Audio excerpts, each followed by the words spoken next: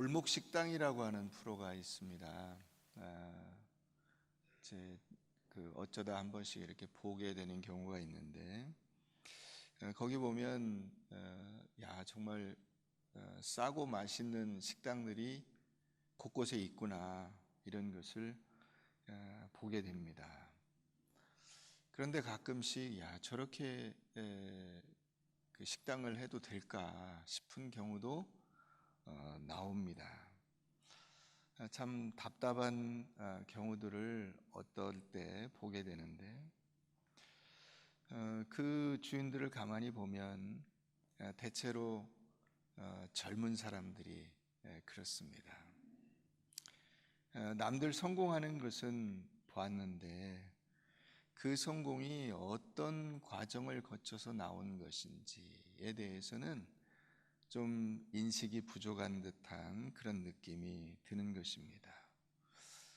남의 밑에 들어가서 욕 얻어먹고 때로는 얻어맞으면서 땀 흘리고 눈물 흘리면서 배워서 또 그것을 한번 해보려고 하니까 실패하고 우리가 흔히 하는 말로 말아먹고 또다시 일어서고 하는 이와 같은 이 고통과 눈물, 거기에 시간이 어우러져서 만들어낸 것이다 하는 것을 알지 못하는 사람들이 종종 눈에 보입니다. 어느 시인의 시와 같이 한 송이 국화꽃을 피우기 위해 봄부터 소쩍새는 울었고 여름에 천둥에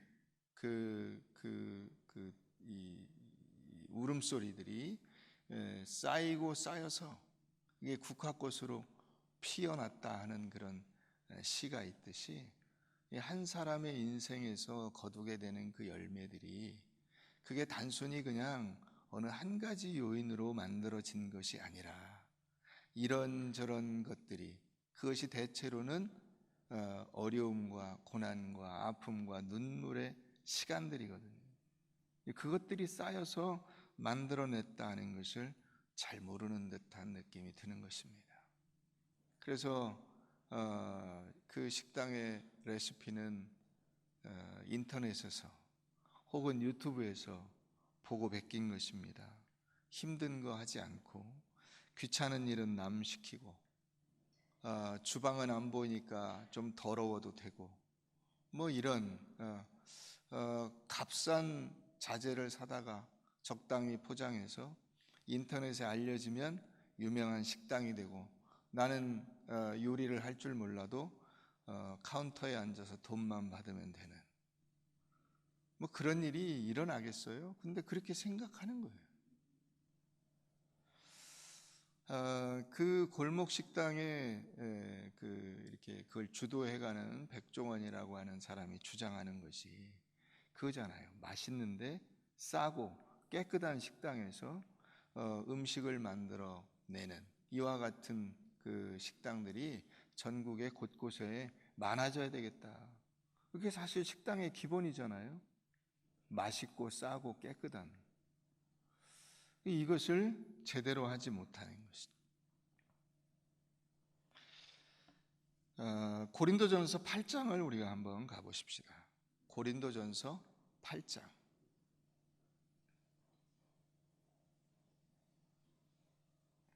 신약 272페이지 고린도전서 8장입니다. 우상의 제물에 대하여는 우리가 다 지식이 있는 줄을 아나 지식은 어떻게 합니까? 교만하게 하고 사랑은 어떻게 합니까? 덕을 세웁니다. 만일 누구든지 무엇을 아는 줄 생각하면 아직도 마땅히 알 것을 알지 못하는 것이요 또 누구든지 하나님을 사랑하면 그 사람은 하나님도 알아주시는 사람이 된다. 이렇게 기록하고 있습니다. 여기 중요한 구절이 뭐냐면 지식은 교만하게 하고 사랑은 덕을 세운다 하는 것입니다. 이 고린도 지역은 철학으로 유명했습니다. 그 당시 이 헬라 헬라 철학이라고 하잖아요. 이 헬라 지역이 이 지식적으로는 뛰어난 국가였어요. 그래서 사람들이 이 세상 돌아가는 이치들을 같이 모여서 차를 마시면서 이게 뭐 밤을 새가면서 토론을 하고 이야기를 하고 뭐 그런 도시였습니다. 그러니까 아는 것으로는 이 사람을 당할 사람들이 없어요. 당할 나라가 없습니다. 그런데 그와 같은 그 철학과 지식이 사람을 어떻게 만들었느냐? 교만하게 만들었다는 것입니다. 세상이 어떻게 돌아가는지를 알고 세상의 이치는 알아요. 그런데 그 이치를 자기가 만들어내지 못했어요. 이 일은 누가 했냐면 다 노예들이 했어요. 주인들은 이래라 저래라만 하면 됐어요. 여러분, 우리가 신앙생활을 할 때에도 잘못하면 그렇게 할 수가 있어요. 에이, 그때 이렇게 했어야지, 이걸 알아요. 그런 얘기는 잘합니다. 그런데 막상 자기가 그 일을 그 상황에서 해본 적은 없는 거예요. 정답은 아는데 그 정답이 어떻게 나왔는가는 모르는 거예요. 정답이 도출되는 그 과정을 살아본 적이 없는 거예요. 그래서 그 푸념을 흔히 여러분들이 이렇게 말합니다. 자식에 대해서는 함부로 말할 수 없다라고 말하는 거예요. 자식 일은 마음대로 안 된다. 그렇죠. 여러분, 그게 이 말이에요. 막상 애를 그렇게 기르면 돼? 라고 말은 하지만 애를 길러보면 그 애를 이렇게 기르면 돼가 잘 안 되는 거예요.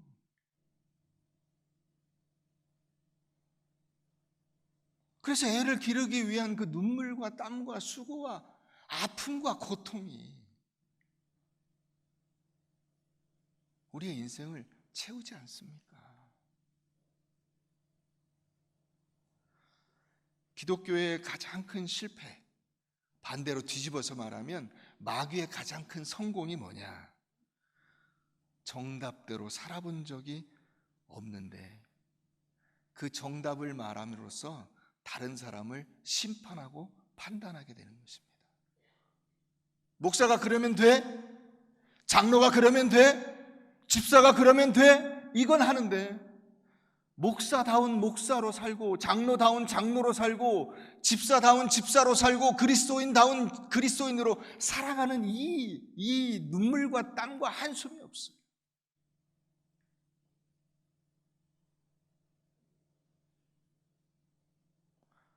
직분과 감투를 갖고 싶지만은 그 직분에 걸맞는 신앙과 믿음은 키우지 못했어요.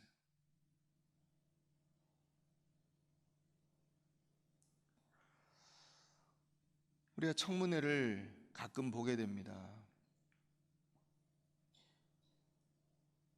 뭐 대통령이라 무슨 대법관이나 뭐 이런 사람들이 나오는데 보면 어디에서 실패하죠? 가장 기본적인 데서 실패하고 있습니다. 그 사람들은 정답을 아는 사람들이잖아요. 많이 배운 사람들이거든요. 지식으로는 부족함이 없어요. 근데 그 지식이 자신들의 삶을 세운 것 같지만은 그 밑바탕에 보면 정답은 아는데 정답대로 살아온 삶이 없어요. 법관인데 위장 전입을 하고 뭐 아이들 국적이 어디고 뭐 이런 거예요. 대한민국 국민으로서 가장 기본적인 원칙과 원리가 실제로 삶 속에서 실천되지 않고 있는 것을 우리가 보는 것입니다. 그럼 그 사람들만 그러냐? 아니, 우리 모두가 다 그래요.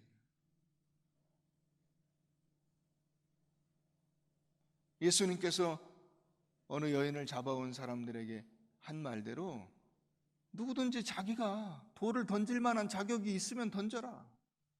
아무도 돌을 던지지 못하는 안타까운 상황. 그게 지금 오늘 우리들의 모습입니다. 정답은 알지만 그 정답대로 살아보지 못하는, 살아본 적이 없는, 그러나 그 정답으로 남을 심판하고 남에게 돌을 던지는, 이게 마귀의 승리예요. 신앙의 실패예요. 신앙의 영역에서도 똑같아요.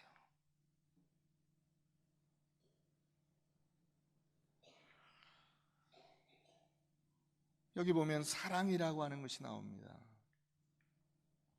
사랑은 뭐죠? 사랑은 움직이는 겁니다. 사랑은 내가 몸으로 뛰는 거예요. 아이를 길러보셨죠? 여러분, 아이를 말로 키울 수 있습니까? 아이는 말로 키우지 않습니다. 수고와 땀으로 키우죠. 가슴으로 키운다 그러잖아요. 가슴으로 낳는다 그러잖아요. 그 아픈 가슴을 안고 뛰어다닌, 그게 사랑이잖아요. 젖을 먹여야 되고요, 밥을 먹여야 되고요, 넘어진 아이 그 상처를 약을 발라줘야 되고요, 눈물을 흘려야 되고요. 그게 사랑이에요. 이 사랑의 경험이 없는 거예요. 이 시대 자체가 그래요, 지금.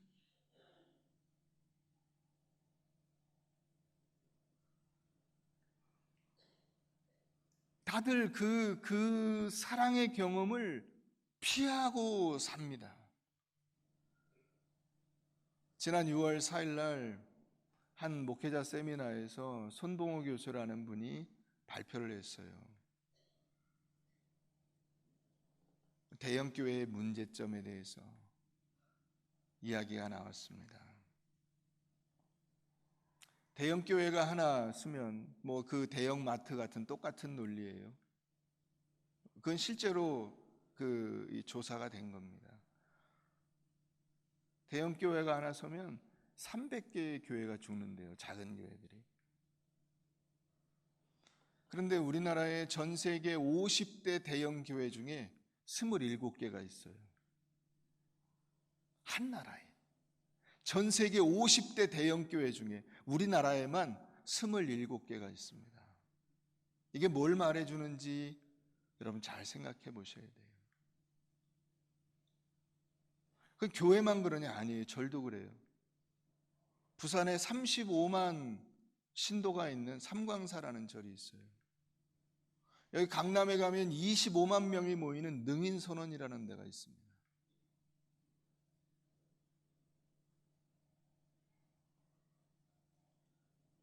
대형교회의 문제점이 뭐라고 하느냐, 이 손봉호 교수는 두 가지를 들고 있는데, 하나는 부익부 빈익빈.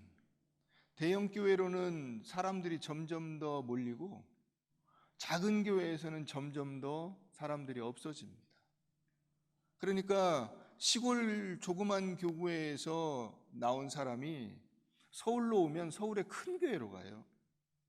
서울의 어느 동네에 조그만 교회 다니던 사람이 이사를 가서 딴 동네로 갈 때는 그 동네 제일 큰 교회로 갑니다.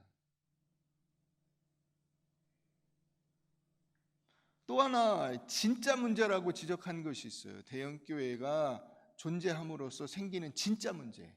그것은 뭐냐면 교만해진다는 것입니다. 목사도 성도도 교만해진대요.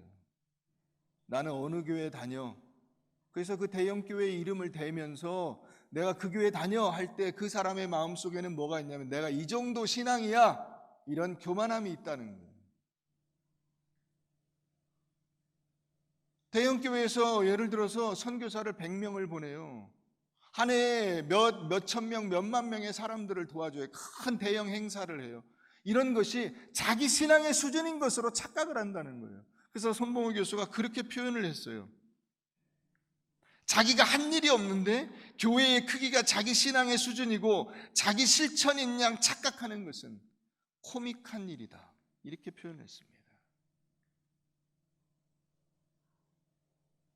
여러분, 이게 사탄이 파놓은 함정이라는 사실을 우리가 알아야 되는 것입니다. 사탄이 무슨 공포 영화에 나오듯이 그렇게 달려드는 게 아니에요. 예수님이 정확히 보신 것처럼 광명의 천사로 가장하는 거예요, 사탄이. 아주 멋진 일을 한다고 박수를 쳐주는 겁니다.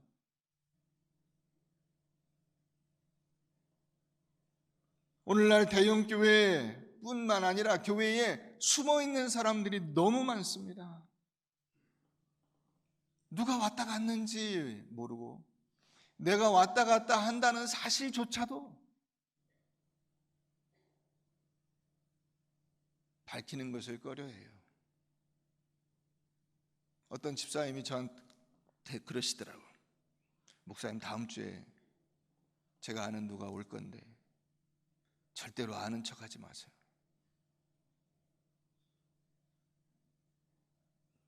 저 원래 아는 척 잘 안 해요. 지가 나를 모르는데 난들 너를 알겠느냐지 뭐. 그러니까 등록 안 하죠. 집사 서약 이런 거 안 합니다. 남녀 전도회 활동 안 합니다. 뭐 하러 다닙니까?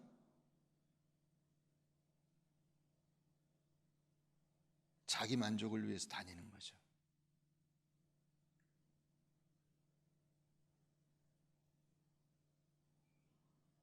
어느 교회는 교인 등록을 받지 않는데요, 그 교회가 선언했어요. 5,000명으로 줄이겠다고.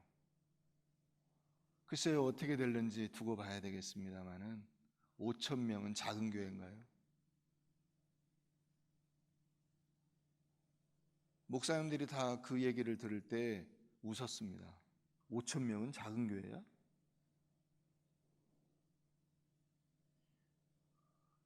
그 교회에서 나온 교인들이 그러면 조그만 교회로 가겠습니까? 아니죠. 또 다른 큰 교회를 만들겠죠. 이게 문제인 겁니다. 차라리 교인 등록을 받고요, 전문 용어로 빡세게 훈련시켜서 신자다운 신자, 말씀대로 사는 신자, 성령의 열매를 맺는 신자를 만드는 게 한국 교회를 위해서 더 유익한 일일 수도 있어요.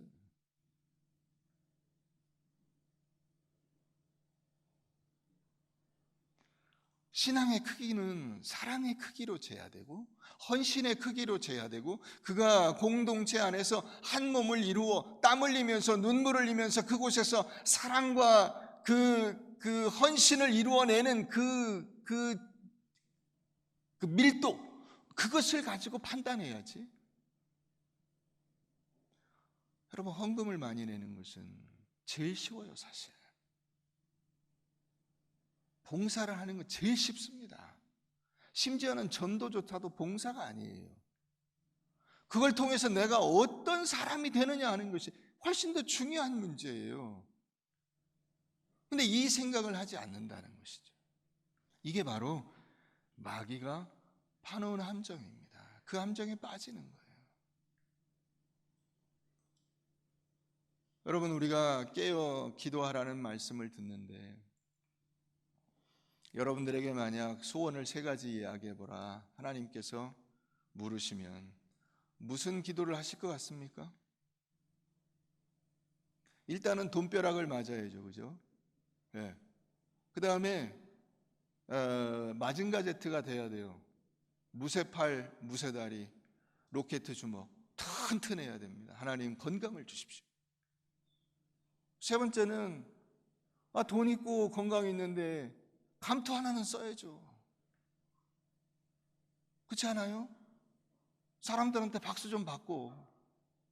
그래서 이 돈과 건강과 명예, 이 3가지가 보통 많은 성도들이 하나님 앞에 기도하는 것들이에요. 그러나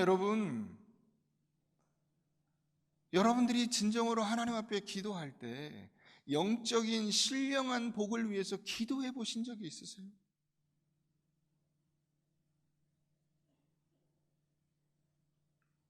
하나님, 제가 하나님의 사람으로 세워져 가기를 소원합니다. 하나님, 제가 하나님의 은혜를 알게 하여 주십시오. 하나님, 제가 하나님의 은혜와 능력과 말씀에 사로잡힌 바 되어서 주님께서 원하시는 그 일을 감당할 수 있도록 제 마음을 열어주시고 주님의 뜻대로 쓰임받는 것을 기쁨으로 알게 하여 주시옵소서. 여러분, 이런 기도 해보셨어요?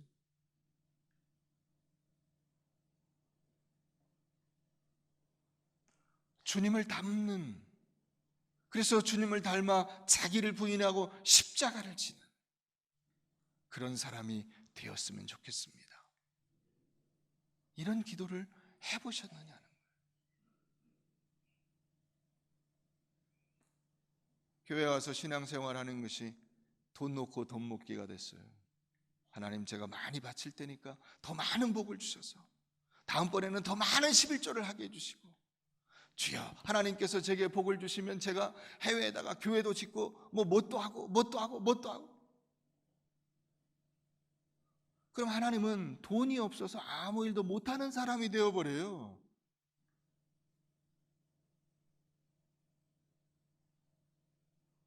여러분, 천국 가면 한국 돈을 쓸까요? 달러를 쓸까요? 위안화를 쓸까요? 뭘 쓸까요? 우리가 이런 착각에 빠져 있는 거예요.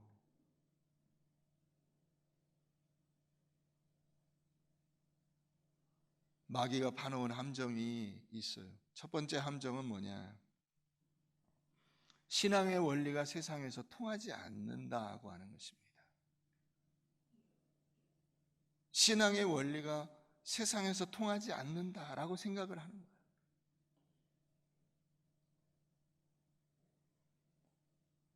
목사님, 오른뺨을 맞으면 왼뺨을 돌려대라.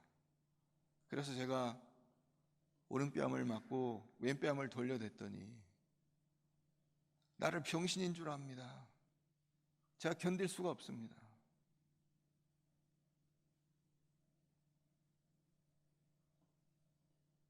신앙의 원리가 세상에서 안 통한다는 거예요. 안 통하죠. 그건 당연한 거예요. 당연한 거예요. 하나님이 그걸 모르고 우리에게 그렇게 살라고 하신 게 아니고요, 우리의 정체성이 그렇다고 말씀하신 거예요. 그러니까 그렇게 살라고, 그냥 이걸 말씀하신 거예요. 통한다고 그렇게 살으라고 한 것이 아닙니다. 이 성경의 원리가 세상에서 통하니까, 통할 테니까 걱정하지 말고 가서 그렇게 살아라가 아니고, 안 통해요. 원래가 사람들이 기독교인들을 우습게 안다고요. 예수를 우습게 알아요. 그 십자가에 못 박았잖아요. 사형수를 만들어가지고. 예수라고 하는 이름이 안 통한다고요.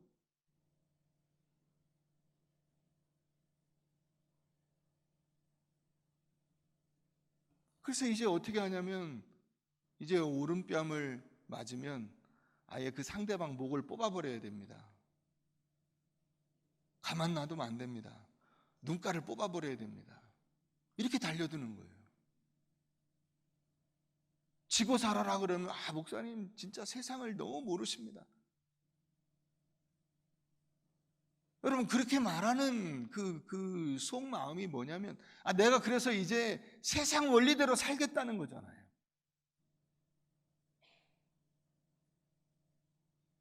그렇죠? 세상과 한번 맞붙어 보겠다는 거잖아요. 세상 똑같은 방법으로. 눈에는 눈, 이에는 이, 그 방법으로.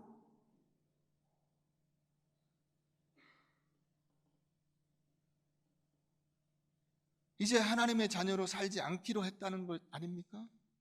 세상 사람처럼 악착같이 살자는 거 아닙니까? 마귀가 원하는 대로 살자는 것 아닙니까? 세상에서 세상 사람보다 더 악랄하게 살아서 세상 사람을 이겨내고, 그래서 그 방법으로 세상을 이긴 그 승리자로 살겠다는 거잖아요. 제가 세상을 모르는 게 아니라 여러분들이 하나님을 모르시는 겁니다. 하나님을 모르시는 거예요. 하나님의 은혜와 사랑을 모르시는 거예요. 그게 마귀한테 지는 겁니다. 그래서 하나님이 뭐라고 하셨냐면, 악으로 악을 갚지 말라고 하신 거예요.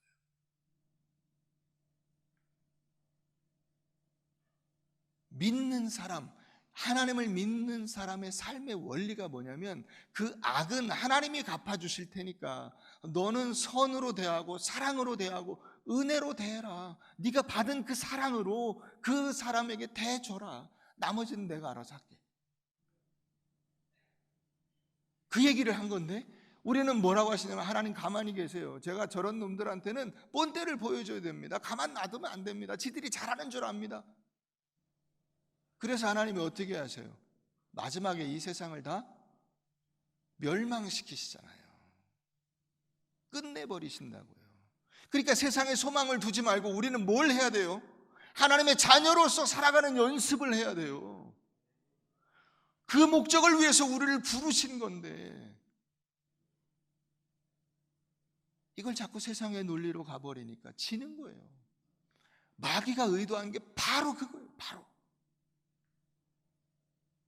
우리로 하여금 분노케 되어서 세상에 뛰어들어서 세상의 방법으로 살아갈 수 있도록 만드는 거예요.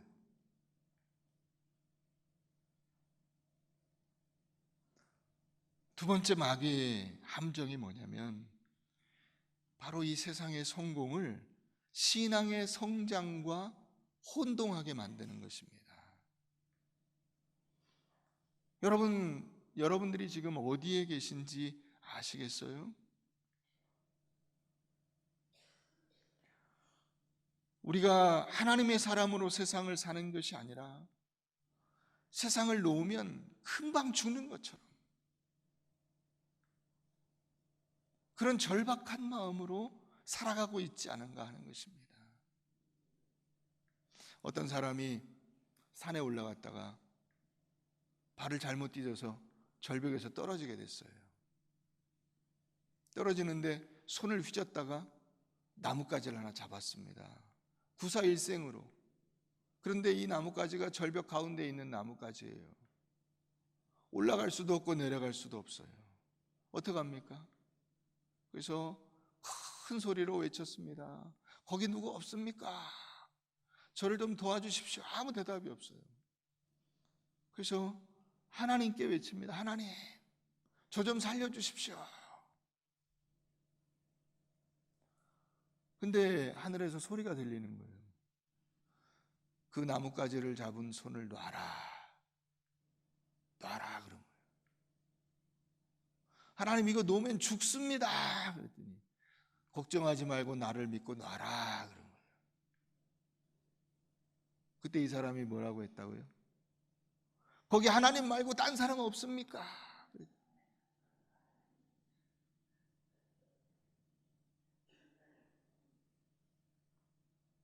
여러분 우리가 이렇게 살아요.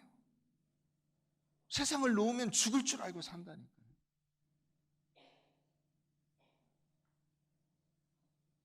하나님을 신뢰하는 것이 아니라 세상을 더 신뢰해요. 그래서 세상에 빌고 세상의 머리를 조아리고 세상의 것을 확보한 것으로 안심하고 어리석은 부자의 비유가 그래서 나오는 거예요. 창고에 가득 곡식을 쌓아놓고 내 영혼아 이제 마음껏 즐기자.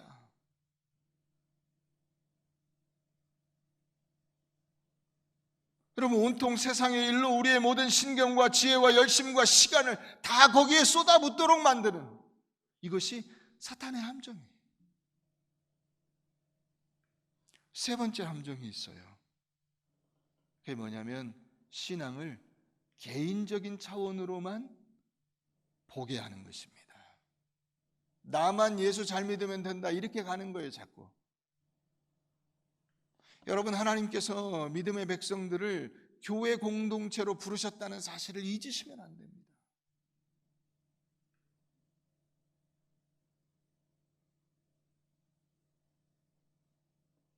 하나님께서 가정을 세우시고 교회를 세우시고 국가를 세우신 거예요.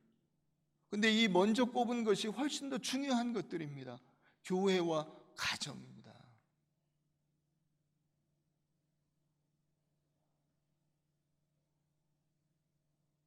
얼마나 중요한지 몰라요. 신앙은 나 혼자 여기서 신앙생활 하는 게 아니에요. 신앙은 교회 공동체로 하나가 되는 거예요. 근데 지금은 가정도 무너지고 교회도 무너졌어요.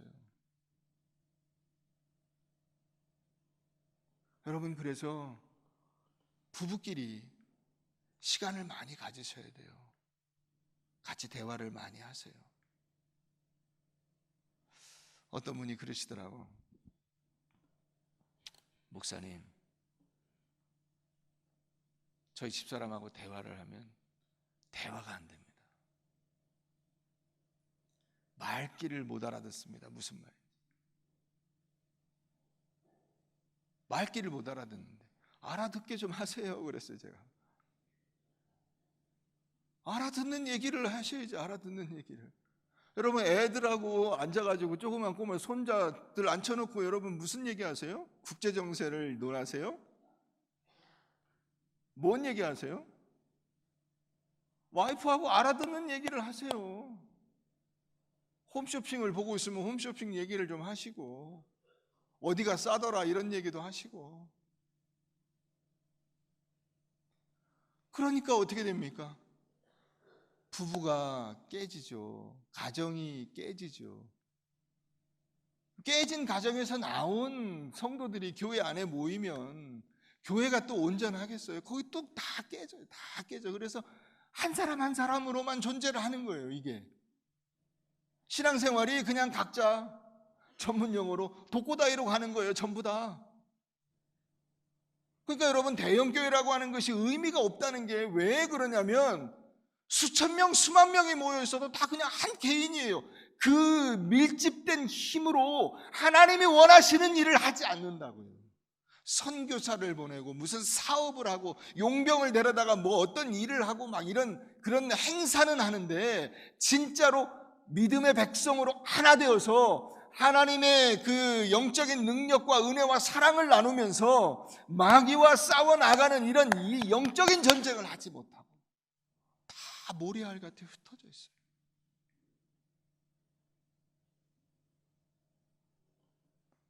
여러분, 그래서 하나됨을 확인하는 가장 기본적인 작업이 있습니다.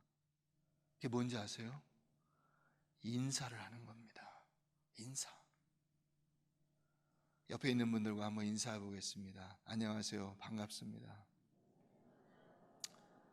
네, 옆에 보시고 인사를 하셔야 돼. 저를 보고 인사를 하지 마. 저하고는 여러분들 다 잘 아시잖아요. 네, 저는 여러분들을 다 잘 알아요. 근데 여러분들끼리 모른단 말이에요. 사람이 반갑게 인사를 하고 나면 그 다음에 나쁜 얘기를 할 수가 없어요. 그렇죠?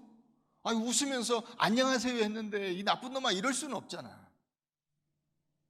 그래서 인사를 하는 게 굉장히 중요해요.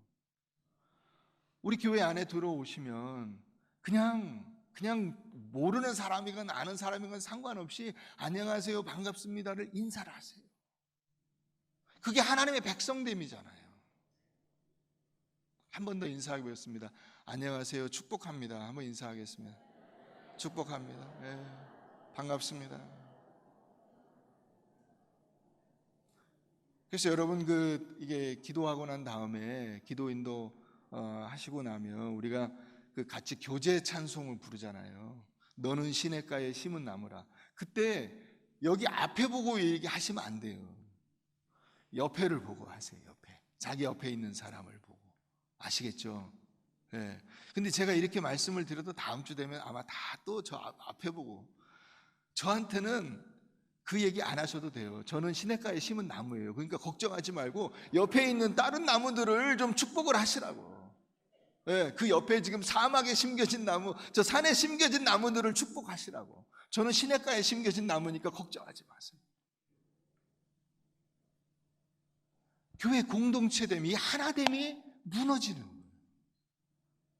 이게 사탄이 가장 원하는 거예요. 왜요? 맞서 싸울 적이 흩어져 버렸잖아요. 적이 여러분 몰려 있어서 대부대가 되어 있어야 겁나지, 하나씩 따로 떨어져 있으면 그까짓 거 아무것도 아닌 거예요. 사탄이 볼 때 우합지졸인 거예요. 여러분, 오늘날 한국 교회 불행이 무엇이냐? 거룩하고 경건한 일에 대한 깊이가 없고 용맹스러운 신앙인들이 없어졌어요. 용맹스러운 신앙인들. 아브라함 같고 이삭 같고 요셉 같고 모세와 같고 여호수아 같은 이런 용맹스러운 신앙인들이 없어졌어요. 신실하고 신령하고 경건한 사람들이 교회에 없어졌어요. 그런 사람들을 찾아보기가 어려워요. 목에 힘은 주지만은 영적인 능력이 없어요. 신실함으로 성도들을 섬기는 성도들이 없어요. 그러니까 어떻게 됩니까?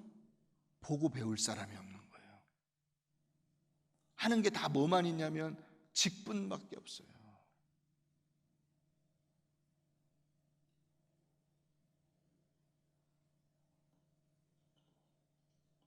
여러분, 여러분들이 다 그런 분들이 되시기를 바랍니다. 용맹스러운 신앙인, 영웅심에 불타는 그런 사람이 아니라 주를 향한 열심과 주님의 영광스러운 약속을 바라보는 믿음 가운데서 하나님의 뜻이 이루어지기 위해서라면 저 같은 것도 필요하시면 쓰십시오. 하나님, 제가 아무것도 아니지만은 하나님이 사용하실 만한 그 하나님의 사용에 합당한 사람이 되도록 애쓰겠습니다. 주님, 제가 그것을 감당할 만한 그릇이 되게 해주십시오 하는 그 기도가 없어요. 모든 교회, 모든 성도가 돈과 건강과 성공 여기로만 가버렸어요. 교회마다 하는 얘기들은 다 그런 얘기밖에 없어요. 어떻게 하면 행복하게 사냐, 어떻게 하면 즐겁게 사냐, 어떻게 하면 세상의 성공을 누리면서 살아가느냐, 이런 얘기밖에 안 해요. 어느 순간인가 한국 교회가 배불러서 이제 허리띠 풀러놓고 교회 안에서 배 두드리면서 어떻게 하면 이 즐거움을 오래도록 누릴 수 있느냐 하는 얘기를 하고 있어요. 여러분, 그런 것을 생각하면 여러분 등골이 오싹합니다. 깜짝 놀라게 돼요. 결국 교회가 존재하는 목적이 세상의 즐거움을 누리기 위한 것이라면 여러분, 우리는 침묵계 이상도 이하도 아닌 거예요. 동아리 이상도 이하도 아닌 거예요. 이게 무슨 신앙인들입니까? 이건 마귀가 파놓은 함정인 거예요. 우리가 이걸 깨달아야 되는 것입니다.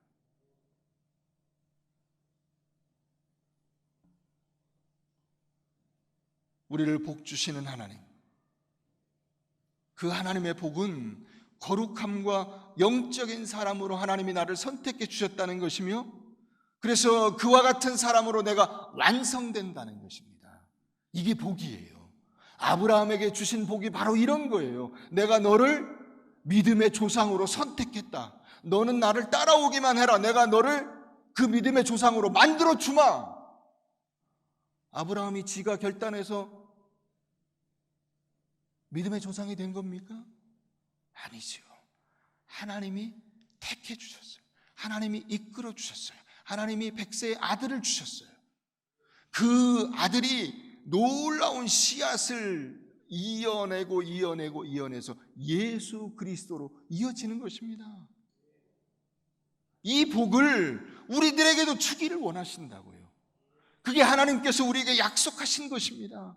그러니까 영적인 차원의 경건과 그 완성이 하나님께서 우리를 위해서 설정하신 목표라고 하는 사실을 알아야 되는 것입니다. 여러분들은 모두 다 아브라함같이 되실 것이고, 이삭같이 되실 것이고, 요셉같이 되실 것이고, 다윗과 같이 되실 줄을 믿으시기 바랍니다. 그런데 우리가 싸우다 보면 힘이 딸려요. 힘이 빠집니다. 딸리는 정도가 아니죠. 힘도 못 써보고 고꾸라져요. 왜 그러냐 하는 것입니다. 왜 그러냐? 내 힘으로 싸우기 때문에 그런 거예요. 마귀가 우리를 공격해요. 어떻게 공격하냐? 네가 그런 얘기할 자격이 있어? 이렇게 물어봅니다. 네가 그런 얘기할 자격이 있어? 너 믿음이 있어? 너 이런 사람이잖아. 그러면 꼼짝도 못하고 꼬리 탁 내리고 깨갱깨갱하고 가요.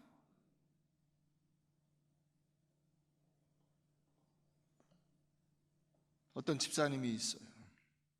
이 집사님이 이렇게 꽤 그래도 규모가 있는 회사를 운영하시는 사장님인데 주일날은 한 번도 안 빠져요. 그런데 회사에서는 직원들이 다 싫어요. 물론 직원이 좋아하는 사장은 없어요, 그죠? 네. 교인들이 좋아하는 목사는 없고요. 식구들이 좋아하는 아빠는 별로 없습니다. 대체로 그래요. 근데 이 회사에 직원들이 다 싫어해요, 이 사장을. 왜 싫어하냐? 분노 조절이 잘 안 돼.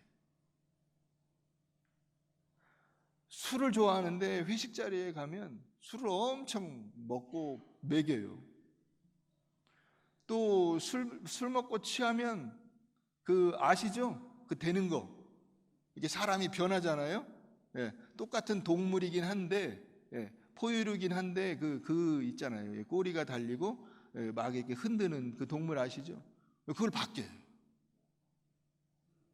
그래서 이제 아는 친구가 그렇게 얘기를 했대요. 야, 너 그렇게 저거 하면서 꼭 교회를 나가야 되냐? 이렇게 물었대요. 그랬더니 이 집사님이 정색을 하고 얘기했어요. 야, 내가 이러니까 교회 가지. 예수님이 누구든지 병든 자, 죄 많은 자 내게로 오라고 하지 않았냐? 내가 아니면 누가 예수님께 가냐? 그래, 사실 내가 그렇기 때문에 주님께 항복했고 주께서 나를 받아주셨고 네가 알고 있는 것보다 훨씬 더 많은 죄가 내가 주님 앞에 있다. 그럼에도 불구하고 예수님께서 나를 받아주셨다. 주님이 그분의 피로 나를 씻어주시고 용서해 주셨다. 나는 그게 감사할 따름이다. 물론 내가 지금 그리스도인답지 못한 부분들이 많이 있지만 나는 늘 기도한다. 하나님께서 나를 변화시켜 주시리라고. 너도 궁금하면 교회를 다녀. 이렇게 얘기를 했다는 거예요. 야, 제가 그 얘기를 듣고 무릎을 쳤어요. 대단한 집사님입니다. 여러분, 우리는 주님 밖에서, 주님을 벗어나서 내 힘으로 싸워요. 그러니까 백전백패예요. 주님께서 우리를 어떤 사람으로 부르셨는가를 놓치기 때문에 마귀에게 항상 지게 되는 것입니다. 주 안에서 10절에 그렇게 돼 있죠. 주 안에서. 여러분, 이게 정답이에요. 그게 우리의 힘입니다. 주님이 나의 전신갑주가 되는 것입니다. 우리가 뭔가 이렇게 쓰고 하고 이게 아니라 예수님이 나의 힘이요, 예수님이 나의 능력이요, 예수님이 나의 권세요, 예수 그리스도로 나아가면 절대로 내가 칼에 찔리지 않고 마귀의 공격에 넘어가지 않고 하나님께서 붙잡아 주심으로 든든히 세워질 수 있게 되는 것입니다. 이걸 놓치면 안 돼요. 에베소 1장 17절 말씀 한번 가보면 거기 이렇게 돼 있어요. 우리 주 예수 그리스도의 하나님 영광의 아버지께서 지혜와 계시의 영을 너희에게 주사 하나님을 알게 하시고 너희 마음의 눈을 밝히사 그의 부르심의 소망이 무엇이며 성도 안에서 그 기업의 영광의 풍성함이 무엇이며 그 힘의 위력으로 역사하심을 따라 믿는 우리에게 베푸신 능력의 지극히 크심이 어떠한 것을 너희로 알게 하시기를 구한다. 하나님이 우리를 사랑하시기 때문에 예수 그리스도를 주시고 가장 강력한 힘으로 우리를 지켜주시고 우리와 함께 하시고 그 뜻대로 되도록 역사하신다는 것입니다. 예수님이 뭐라고 하셨습니까? 공중 나는 새를 보라, 들의 백합화를 보라. 하나님이 먹이시고 입히시지 않냐? 하물며 너희일까 보냐, 믿음이 적은 자들아. 여러분, 우리는 어느 순간인가 이걸 놓쳐버리고 하나님께서 나와 함께 하시며 내 인생을 책임져 주신다는 사실을 놓쳐버리고 자꾸 세상의 원리로 가버리니까 마귀에게 한 칼에 나가는 거예요. 한 방에 끝나는 거예요. 그냥. 여러분, 하나님께서 여러분들을 구원하시기 위해서 얼마나 대단한 투자와 사랑을 쏟아 부었는지, 그래서 얼마나 열심히 그 아름다운 열매를 맺기 위해서 예수 그리스도가 희생하셨는지 그것을 기억하셔야 됩니다. 그것을 놓치시면 안 됩니다. 하나님과 예수님의 사랑이라고 하는 것이 어떻게 취소될 수 없으며 흔들릴 수 없으며 나의 실패에도 불구하고 더하거나 빼지 못한다는 사실을 여러분 가슴에 담고 나아가십시오. 그게 그리스도인입니다. 그게 성도입니다.